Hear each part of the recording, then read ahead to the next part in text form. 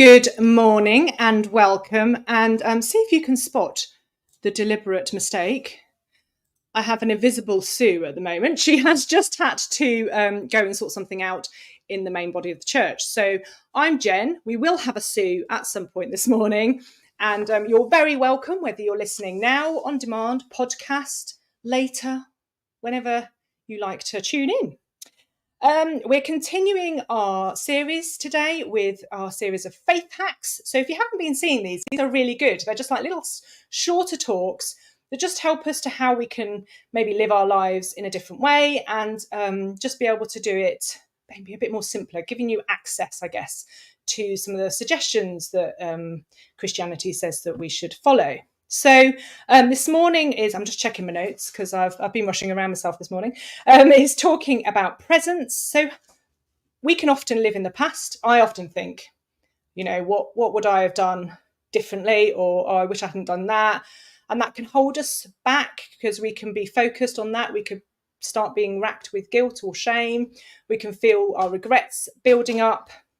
And sometimes people worry more about the future and what's coming and the things that maybe they can't have control of. So that can be sometimes something that you can have. So we can sometimes worry about the future and that stress of that. And what do we need to do to be able to handle the day-to-day, the now, the here and now? So hopefully Dazz, who's going to talk to us this morning, is going to help us with that. If you haven't been watching the Faith Hacks, here's a video to give you a bit of an introduction to what it's been all about. Hey everyone, welcome. We're so glad to have you join us. My name's Dazz, this is Martin. Hello. We know that faith, church and following Jesus can sometimes feel confusing and complicated. It's easy to get overwhelmed by everything we're supposed to do and believe. Absolutely. But what if we told you it doesn't have to be that way? What if there were some simple, practical faith hacks that could help make our daily walk with Jesus a bit easier and more enriching? See, that's exactly what we're diving into with our new series, Faith Hacks, Shortcut to a Meaningful Life. We've designed this series to provide practical and accessible ways to incorporate faith into your everyday life.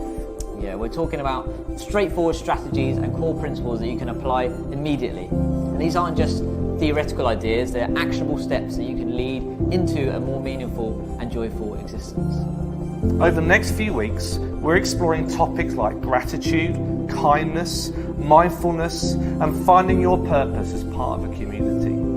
Each hack is designed to simplify and enrich your spiritual journey. So whether you're new to faith, just exploring, or you've been on this journey for a while, we believe that these hacks will offer something valuable for everyone. So we're really excited about this series, and we can't wait to see how these simple steps can transform our daily lives. We hope you'll join us for each part, make some small but profound changes, and see your life start to change for the better.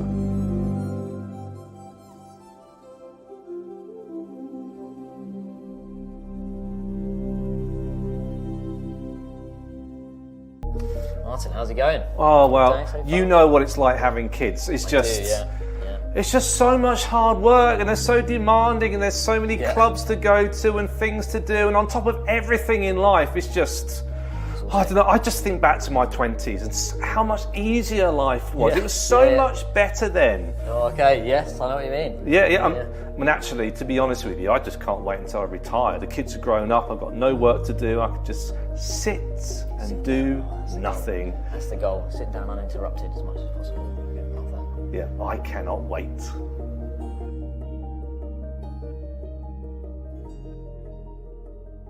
Life is busy.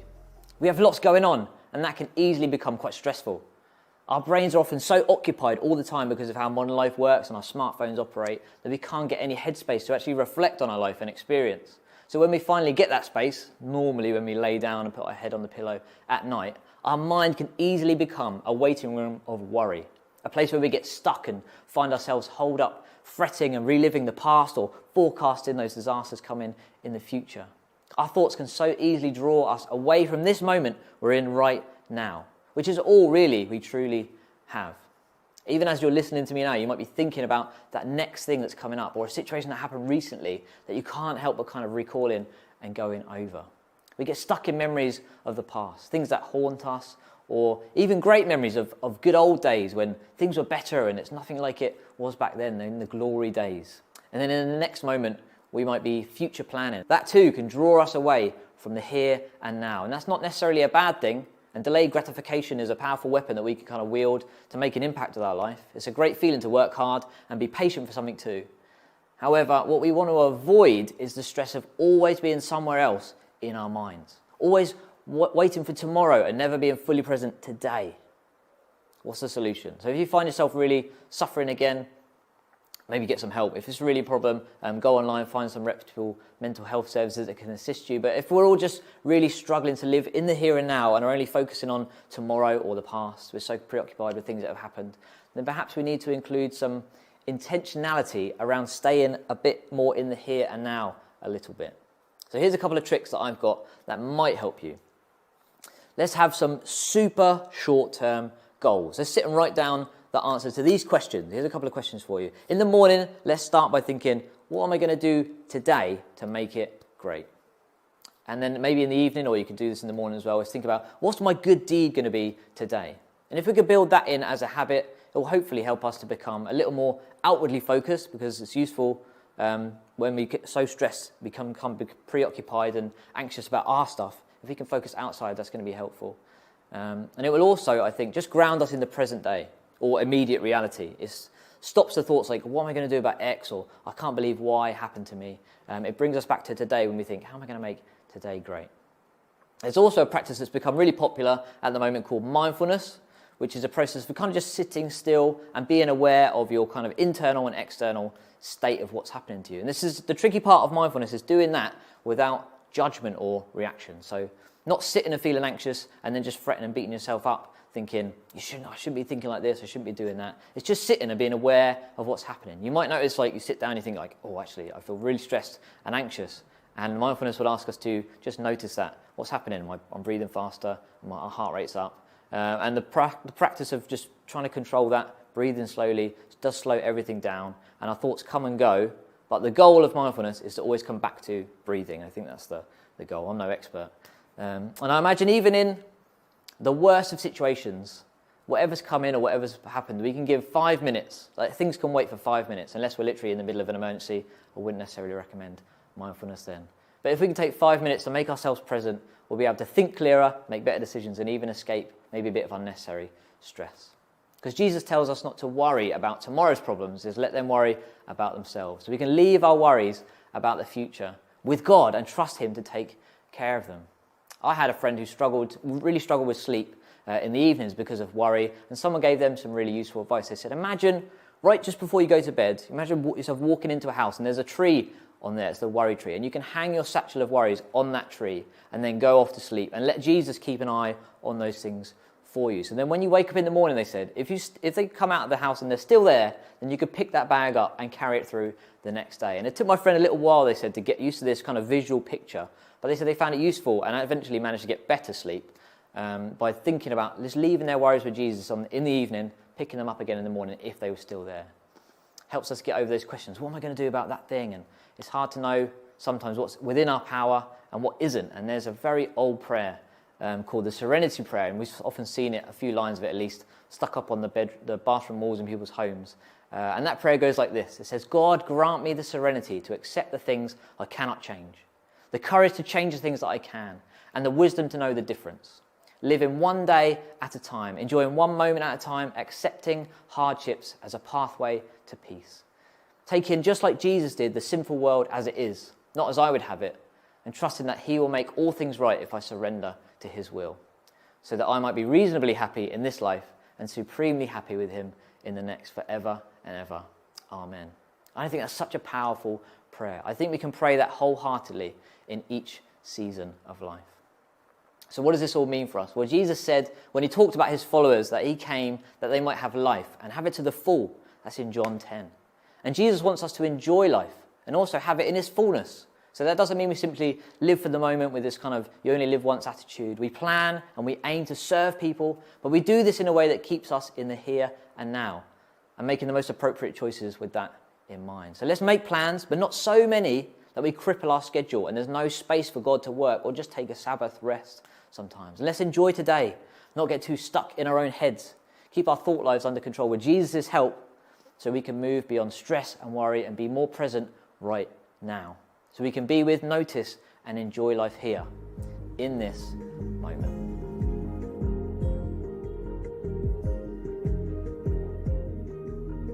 Well, thanks for that, Dazz. I really do feel challenged. I really need to not wish my life away. Thank you. God's got stuff for us to do right now and to enjoy here, like now.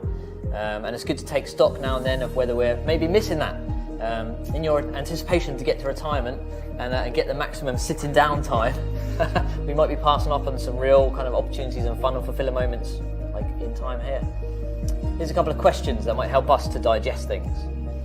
So, what do you think distracts you the most from being present in this moment? How could you create a routine that kind of incorporates mindfulness and maintains your presence in the present?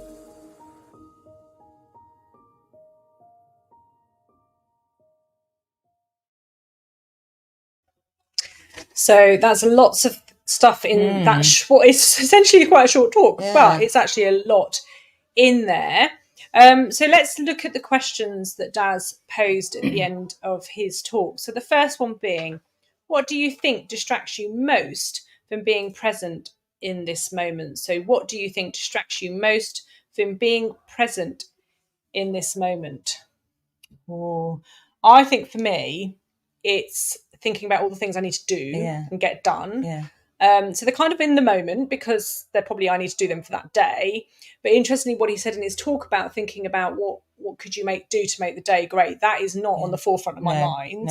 And probably not the good deed, but I probably do good deeds to other people because that, I think that's how I do things and stuff. But actually, it's interesting, isn't it, that actually taking that stock time, that moment to think, what is it that I can do that's great? So I have lists. We were talking about this, weren't we? We both wake up in the middle of the night with lists of things. Oh, I haven't done that yet at work. And, email it to your work email and go, and that's like, but that's actually keeping you awake and you're not getting that good sleep. And it's like, how do you change that pattern of behavior? How do you change that? Because in that moment, we should be asleep, Sue. Yes. Not writing lists for what we need to do the next day.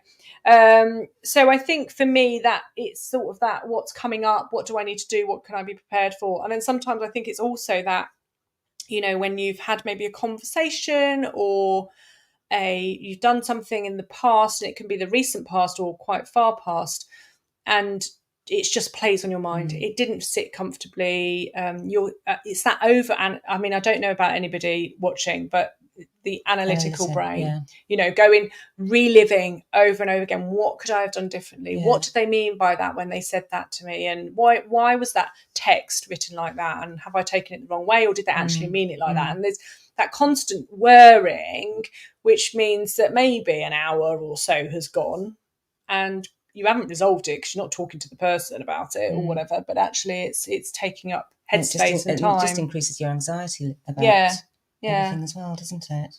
I would say that one of my children, the reason they're not living in the present is because they're sucked in onto their phone on games. Okay. But we can do that. People can, watch box sets on Netflix or whatever, and they may feel that's very much living in the present. But actually, realistically, if you've watched 4, 5, 10 episodes in a row, has that distracted you from doing something else? Yes.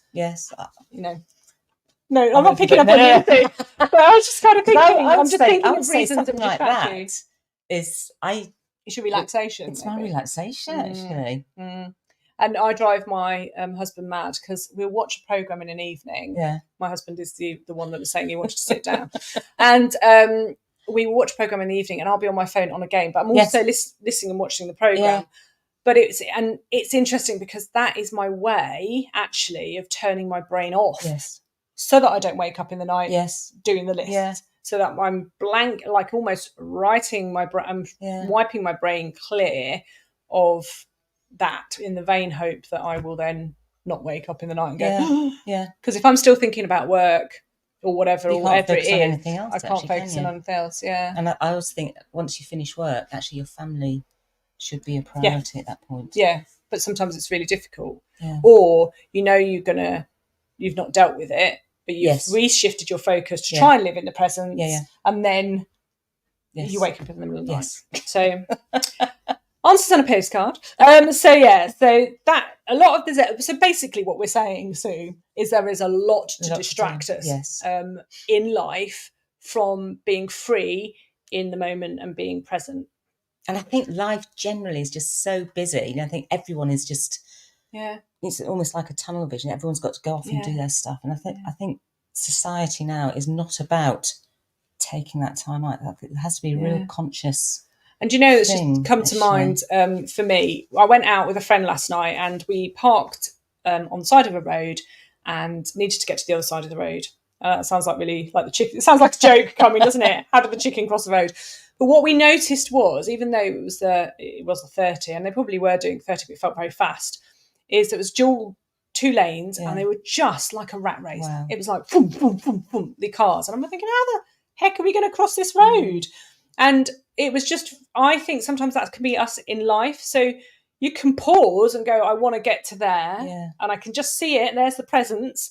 But actually life is just going, and you can't get anywhere because it's like, you know, it's getting off the rat race. It's getting off the treadmill, isn't it? It's getting off that constant drive. And you're saying about being busy. It's just getting off that constant drive to be going forward, I suppose. And people do talk about that, you know, the treadmill or the hamster wheel. Exactly, that's what I was trying to think of. It feels like you're going nowhere, but you're still moving really fast. So I think we know that there's distractions. So this is the next question. How could you create a routine that incorporates mindfulness and maintains your presence in the present? There's a lot of present there. Isn't there? How could you create a routine that incorporates mindfulness and maintains your presence in the present? So I think for me, that is trying to take a stop or a pause. Like what, you know, and I think for me, I've learned this skill in work as well, that sometimes you have an answer on. I am one of those people that if I have an answer on the tip of my tongue or I've got something to say in a meeting, I need to get it out, otherwise I've forgotten it. Especially if I'm waiting for my turn, and then I'm like, well, it might not be relevant by then. So I have learned to write it down in my notebook or make some keynotes so that if the opportunity comes around, then I can to bring in it. Because the other thing of doing that is if I'm holding it in my head and trying to remember it, I'm not hearing anything that anybody else is saying. No, exactly. You know, I've tuned out. So I think for me, it's about, some people might find that we've obviously are list makers because we've just discussed that. I mean, we need to try and work out how we do that, not in the middle of the night. But actually making lists really helps people so that they can write down what they do need to do in the next day or the coming week. But then they've done that. They know something's not going to be missed, and it frees them up to be present in the now. Have you thought of any sort of techniques or, you know, routines that have helped you to focus in on that? No. I have to say, I've always found, I don't know if it's the wrong word, mindfulness is, I think I've always thought I'm never going to be able to do that because you have to stop and you have to concentrate. You know, it's actually taking a chocolate and just enjoying the taste of it, and actually it takes you out of that. I've never tried that. I mean, I've tried enjoying chocolate. Well, yes. But I don't think it cleared my mind. No, exactly. But it just makes me want more chocolate. It's back to, I think it is a conscious thing you have to do. And it may be that, you know, I've talked about sort of keeping work and home separate. I cycle between work and home. Yeah, commute's actually quite useful sometimes, isn't it? Yeah. And that's where I sometimes when I'm working at home, that's really difficult because I literally have Martin going, your dinner's on the table. Yes. And I'm like, I'm just sending you one more email. And then I'm in. I say, like, you're there, work, and then you're there with the family. There's no break. There's no kind of download or debrief in your brain, is there? So I think I think you're right, it can be really difficult to work into your routine or life those pauses. And I think so I don't know if people have heard of somebody called Joyce Meyer. Don't know. Meyer. And she did a book, and a lot of her material is based on her first book. I think it's her first book, of Battlefield of the Mind. And I do think it's a really good read. She takes you through the different things that can basically make your own mind your battlefield, really. Your own mind, the thing that trips you up or can get in the way of living life in the present. And for us who are Jesus followers, for Jesus. And relates it back to the, passages in the Bible to sort of direct you about what God is saying about this. And I think it's really, I found that book, and I've picked it up and down over the years. It's one that I would say is always good to have in the house. And it's just really helpful. And you suddenly go, oh yeah, there is like a battle sometimes going on in my mind, and I'm not getting any rest. I'm not getting any pause from it. So I think, you might want to pick up a book like that. That might help you. Some people prefer to have something that guides them through a process of like mindfulness, so Psalms and Proverbs, particularly Psalms, are really good. So I know I've heard some people say that they read a few verses from a Psalm. You might find like the reading that we did today from Philippians, it's just something that where you stop. You might have your favourite reading on the wall near to you or in your phone or something, and you go, right, no, I can see the panic is starting to creep in, or I'm feeling a bit anxious, or I've just had one of those days where I have not stopped.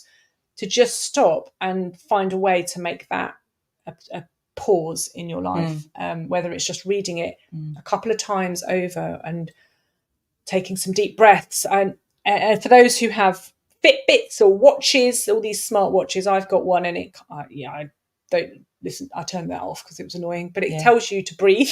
You think I'm breathing? I don't need my watch to tell me to breathe. But the idea being, you look and you do the breathing in time with your watch, and it's making you stop, and it's making you breathe in a sort of more slower way, because you don't realise sometimes that you're sitting there going because you're, something's, so it's just that interjection. I did it because it vibrates and it makes you do it, and I'm like, I'm gonna do with that. But it also tells me when to stand. I mean, so there are things that are clearly in the world that is telling you that you need to have a pause and you need to have a stop, and we do and that's hilarious, isn't it? We do override them. We do override our own thoughts, so. So if you've got any ideas, share them in the chat for people who are with us today, and but also do have a look around. There's lots. I mean, there is a lot of mindfulness paraphernalia out there. Paraphernalia, I mean that in the nicest kind of way, but like books and apps and things. So you will find something that works for you. But for us, we do believe that Jesus is that saviour of our lives, and that he is a pause. He is somebody who can come in and give you peace that passes all understanding. It's beyond what should feel with everything that's going on. And he will also come and stand with you in the circumstance, whether it be the battlefield in your mind or the battle that you're currently going through in life. He will come and stand with you and be your rock and your peace in that space.